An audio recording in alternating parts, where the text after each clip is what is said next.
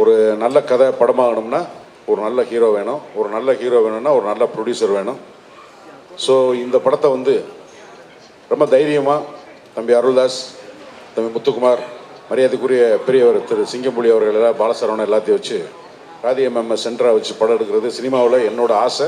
இந்த படம் ஒரு ட்ரெண்டை கிரியேட் பண்ணணும். ஏன்னா இந்த மாதிரி படங்கள் வந்துச்சுன்னா நிச்சயமாக பின்னாடி ஒரு தலைமுறை உருவாகும். அந்த மாதிரி ஒரு விஷயத்தை பண்ணதுக்காக ப்ரொடியூசர் திரு சிவகார்த்திகேயன் அவரோடையும் பேஷன் ஸ்டுடியோ சுதா விவரம் நான் பார்த்ததில்ல, நீ தான் பார்க்குறேன். ஸோ இந்த கம்பெனி வந்து இந்த முயற்சிக்கு காலமும் சினிமாவும் துணை இருக்கணும். என்னுடைய மனமார்ந்த வாழ்த்துக்களை தெரிவிச்சுக்கிறேன். அதுக்கப்புறம் எல்லா டைரக்டர்லாம் நிறையா வந்திருக்காங்க, ஒவ்வொருத்தராக சொல்லிக்கிறது நேரம். ஸ்ரீபிரியா மேம், நிரோஷாமா, இந்த படத்தில் வந்து எனக்கு இந்த படம் வந்து ஒரு படம் ஒழுங்காக வரணும்னா அது உருவாகும் போதே, கருவில் ஒரு குழந்தை உருவாகும் போதே தெரிகிற மாதிரி இந்த படம் இந்த கம்பெனியில் தான் வரணும்ன்றிருக்கு. இயக்குனர் சிவகுமார் முருகேசன் வந்து 2 வருஷத்துக்கு முன்னாடி கனா ஷூட்டிங்கில் நினைக்கிறேன், கனா ஷூட்டிங்கில் அருண் காமராஜோட இருக்கும்போதா இல்லை வேறு எந்த படத்துலன்னு தெரியல சொன்னாப்புல. அப்போ எனக்கு அதில் ஒரு பெரிய ஆர்வம் இல்லை, என்னத்தில் போய் நடிக்க போகிறோம் அப்படின்ட்டு. அப்படியே மாறி மாறி வந்து திருப்பி சிவகார்த்திகேயன் பண்ணுறாரு, ராதிகா மேடம் பண்ண, ராதிகா மேடம் கதை சொன்னியாப்பா, ஓகே பண்ணாங்களா, ஓகே பண்ணிட்டாங்க. கொஞ்ச நேரம் எனக்கு வந்து அது ஒரு ஆச்சரியம் இல்லை. ஏன்னா அவங்களுக்கு அந்த மாதிரியான ஒரு நடிப்பு, என்ன சொல்கிறது, நடிப்பு நமச்சல்னு சொல்கிறதா, அந்த மாதிரியான ஒரு எந்தூசியாஸ்டிக்கான ஒரு ஆக்ட்ரஸ் தான் அவங்க. திருமதி ராதிகா சரத்குமார்னு ஒரு டைட்டில் போட்டு ஒரு பிஹெச்டி பண்ண சொன்னால் நான் அவ்வளோ எழுதிடுவேன். ஏன்னா எனக்கு அப்படி ஒரு ஜேர்னி அவங்களோட இருக்குது.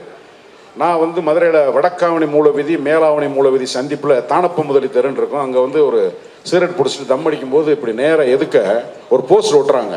அதில் ஒரு பொண்ணு வந்து கை இப்படி ஒரு கையும் இங்கே ஒரு கையை வச்சுட்டு நிற்கிது, ஒருத்தர் பாகவதர் கிராப் வச்சுட்டு இப்படி நிற்கிறார்.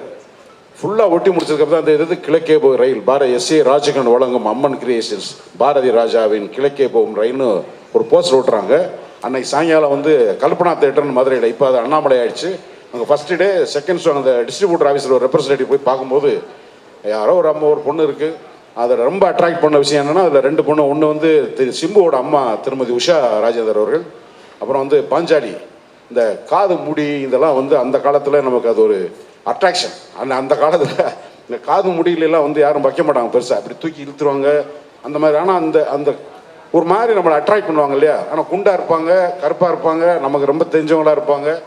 இது நடந்து நான் திருப்பி சினிமாவுக்கு வந்து முதல்ல வந்து சில்ஸ் ரவி அஸ்டண்டாக சேர்ந்து என்னை ஒரு ஷூட்டிங் கூட்டி போகிறாரு. இங்கே ஷூட்டிங் கூட்டி போனால் மயன் சார் டைரக்ஷனில் மெட்டி அப்படின்னு போனால் ராதிகா மேடம் தான் அங்கே நடிக்கிறாங்க. எனக்கு ஒரு பெரிய திரில் வந்து நான் அங்கே போஸ்டரில் பார்த்து படமெல்லாம் பார்த்ததுக்கப்புறம் வந்தது.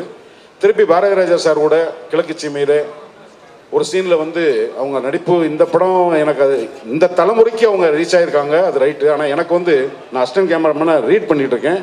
நெப்போலியன் ஹஸ்பண்ட் கேரக்டர் சாப்பாடு போடணும், சாப்பாடு போட்டு இருக்கும்போதே பொண்டாட்டியை ரசிக்க தெரியாத, ரொமான்ஸே தெரியாத ஒருத்தன் புதுசாக திடீர்னு பொண்டாட்டிகிட்ட ஒரு ரொமான்ஸ் கொடுப்பான்.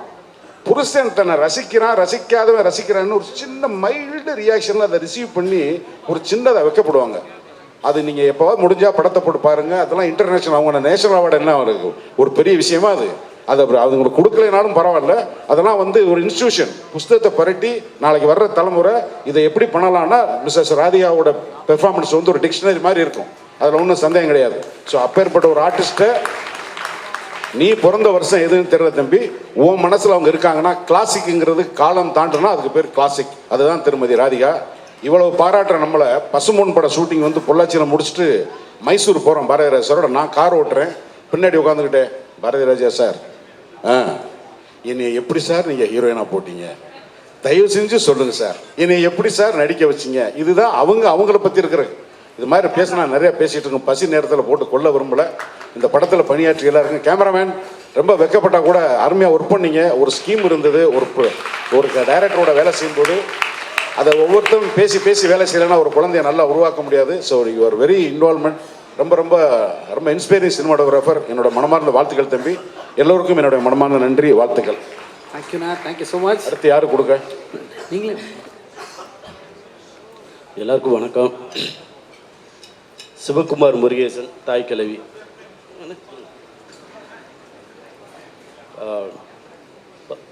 கடைசி விசை மணிகண்டனுடைய அசிஸ்டண்ட்டு சிவகுமார் முருகேசன். எனக்கு அங்கேருந்து தான் தெரியும். மணி நிறைய சொல்லுவாப்புல, பயங்கரமான வேலைக்காரன் அப்படின்னு. உண்மையிலே வலியோடு வந்தவன் வலிமையானவன்னு நிரூபிச்சிட்ட சிவா, வாழ்த்துக்கள் உனக்கு. இந்த படம் எங்கே ஆரம்பித்து இப்போ எங்கே நிற்கிதுங்கிறது எல்லாமே எனக்கும் தெரியும். இந்த ஸ்கிரிப்டில் அப்பப்போ எனக்கு சொல்லுவார், அது நான் கேட்டிருக்கேன். எனக்கு ஒரு ஏக்கம் இருக்கும், என்னடா நான் பிறந்த மண் சார்ந்து எனக்கு ஒரு கதாபாத்திரம் கிடைக்கலையே அப்படின்னு புலம்பியிருப்பேன். ஆனால் அது எனக்குன்னு ஒரு கதாபாத்திரம் ஒன்று கொடுத்தாரு. அதை வந்து அதோடைய அந்த கேரக்டருடைய சுவாரஸ்யமே எனக்கு ரொம்ப பிடிச்சிருந்துச்சு. இப்படிலாம் இருப்பாங்க லந்து பண்ணி நையாண்டி பண்ணிட்டு மதுரையில் நான் பார்த்துருக்கேன். அப்போ அந்த கதாபாத்திரத்தில் நம்ம ஒன்று பண்ணுவோம், சரியாக பண்ணிடணுங்கிறது சிவா என்ன சொன்னாரோ அதை நான் சொல்லிட்டேன். ரெண்டாவது, இந்த படத்தை வந்து எஸ்கே ப்ரொடக்ஷன் தான் பண்ணுறாங்கன்னு தெரிஞ்சோன்னே அப்பயே ஆடடா சிவா சூப்பரு, கூட பேஷன் ஸ்டுடியோ சுதன் சார், அதுவும் ஓகே பயங்கரமான சக்ஸஸ் ஆக போகுது, பயங்கர கான்ஃபிடென்ட்டாக நீ என்ன நினைக்கிற எடுத்துரு அப்படின்னு.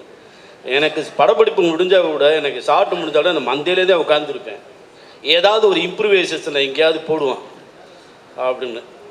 அப்போ வந்து நான் அப்பப்போ வந்து கேட்பேன், ஏதாவது பண்ணலாமா, ஏதாவது தோணுதா, நான் கண் பார்வையில் இருப்பேன்.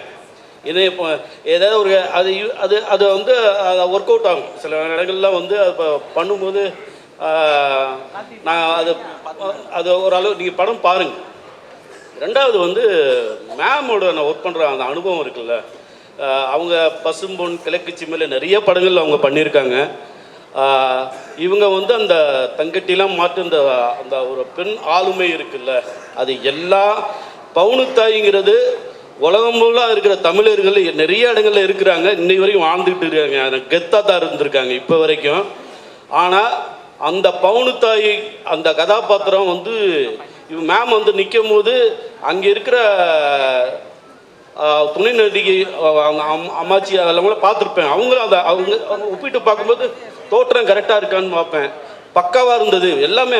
வட்டார மொழி, ஐயோ இவங்க பேசுகிற அந்த வட்டார மொழி, எல்லா ஆக்டர்ஸுடைய வட்டார மொழி, நாங்கள் எல்லாருமே அந்த மதுரை ஸ்லாங்கில் அவ்வளோ அழகாக அதை கொண்டு வந்திருக்குது. சிவாவுக்கு பெரிய நன்றி. நான் மாறுதட்டி சொல்லுவேன், ஒரு நல்ல படத்தில் நடிச்சிருக்கேன். எழுதி வச்சுங்க, கணா கொட்டுக்காலிக்கு அப்புறம் மிகச்சிறந்த படமாக தாய் கல்வி இருக்கும். நான் மாறுதட்டி சொல்லுவேன். ஏன்னா நிச்சயமாக நிறைய விருதுகளை நிறைய விருதுகள் வாங்க போகுது. அது என்னென்ன விருதுன்னு தெரியல, எல்லாம் முருகனுக்கு தான் தெரியும். அப்பனுக்கு கொஞ்சம் நர்வஸாக இருக்கு, மற்றபடி டைம் எடுத்துக்க விரும்பலை. வந்திருந்த எல்லாருக்கும் நன்றி, வணக்கம், நன்றி. தேங்க்யூண்ணே. எல்லாருக்கும் வணக்கம். தாய் கிழவிக்கு நான் ரொம்ப ரொம்ப ஃபஸ்ட்டு சந்தோஷப்படுறது எங்கள் டைரக்டர் சிவாக்காக. கடைசி விவசாயிலேருந்து எனக்கு அவரை தெரியும். மணி சாருடைய அசிஸ்டன்ட் டைரக்டராக இருந்தார். அங்கேருந்து அவருடைய க்ரோத் இங்கே பார்க்கும்போது எனக்கு பயங்கர மன நிறைவாக இருக்குது, ரொம்ப சந்தோஷமாக இருக்குது. அண்ட் அது என்ன மாதிரி ப்ராஜெக்ட்லன்னு இருக்கிறது வந்து இன்னும் ரொம்ப மீனிங்ஃபுல்லாக இருக்குது.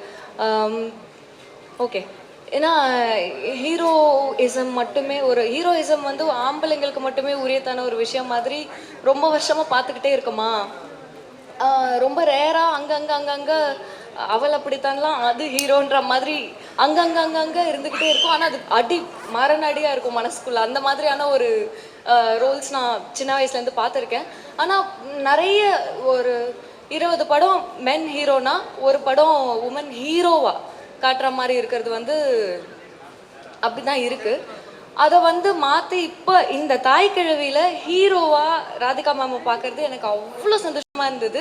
ஏன்னா ரியல் ஹீரோ, லிட்ரலி ஒரு ஓஜி, ஒரு மாஸ். ஏன் எதனாலன்னா அந்த ரைட்டிங்கில் என்ன இருக்குன்னா இண்டிபெண்ட்டாக இருக்கிறது, தனக்கு பிடிக்கிறது, தனக்கான முடிவுகளை சுயமாக எடுக்கிறது ஒரு ஹீரோ அப்படின்னு காட்டியிருக்க இடம் வந்து எனக்கு ரொம்ப ரொம்ப சந்தோஷமான விஷயம். Thank you so much Siva sir, உங்களுக்காக எனக்கு ரொம்ப ரொம்ப சந்தோஷம். அண்ட் இப்படி ஒரு கேரக்டர், தாய்க்கிழவி மாதிரி ஒரு கேரக்டர் எழுதி அது ராதிகா மேம் பண்ணுறது வந்து இன்னும் பயங்கர மீனிங்ஃபுல். ஏன்னா அவங்களோட ஹோல் ஐடியாலஜிஸ், அவங்க எப்படி அவங்கள இத்தனை வருஷம் இந்த ஃபீல்டில் கொண்டு போயிருக்காங்க. அண்ட் எந்த ஒரு பார்டரும் வச்சுக்காம, எந்த ஒரு பவுண்ட்ரியும் வச்சுக்காம பயங்கர எக்ஸ்பான்சிவான ஒரு ஆளாக இருக்க ஒரு ஆள். அண்ட் ஐடியாலஜிக்கலி தன்னை ரொம்ப மதிக்கிற ஆளாக நான் அவங்கள பார்ப்பேன். That is how you are always to me. That is very inspiring. அந்த மாதிரி ஒரு ஆள் பர்சனாலிட்டி தாய் கிழவியில் இருக்கும்போது வந்து எனக்கு ரொம்ப மீனிங்ஃபுல்லாக இருந்தது. அது நீங்கள் பண்ணி அது மற்றவங்க எல்லாரும் பார்க்கும்போது வந்து எனக்கு தெரிஞ்சு எல்லா பெண்களுக்குமே வந்து கனெக்ட் பண்ணிக்கிறதுக்கும் அர்த்தம் கொடுக்கறதுக்குமே ரொம்ப வேல்யூவான விஷயமா இருந்தது. Thank you so much for doing it. எனக்கு தாய் கிழவி வந்து வெரி பர்சனல்.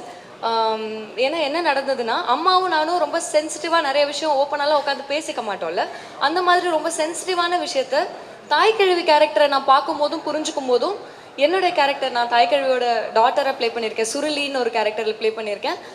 சுருளியாக இருந்து பார்க்கும்போதும் எனக்கு நிறைய க்ளோஷரே கிடச்சிது உள்ளுக்குள்ளே. ஓ அம்மா இதுதான் நினச்சிருப்பாள்ல அப்படின்னு கூட நிறைய விஷயம் எனக்கு புரிஞ்சது. ஸோ அது ரொம்ப மீனிங்ஃபுல். எல்லா படத்துலையும் அப்படி கிடைக்குமான்னு தெரியல, ஒரு சில படத்தில் அப்படி உள்ளுக்குள்ளே ஒரு செட்டில்மெண்ட் கிடைக்கும். அதை தேடி தான் நான் ஓடிட்டுருக்கேன். Thank you so much. அப்படிப்பட்ட ஒரு வாய்ப்பை நீங்கள் எல்லாரும் எனக்கு கொடுத்ததுக்கு ரொம்ப நன்றி. Thank you press and media.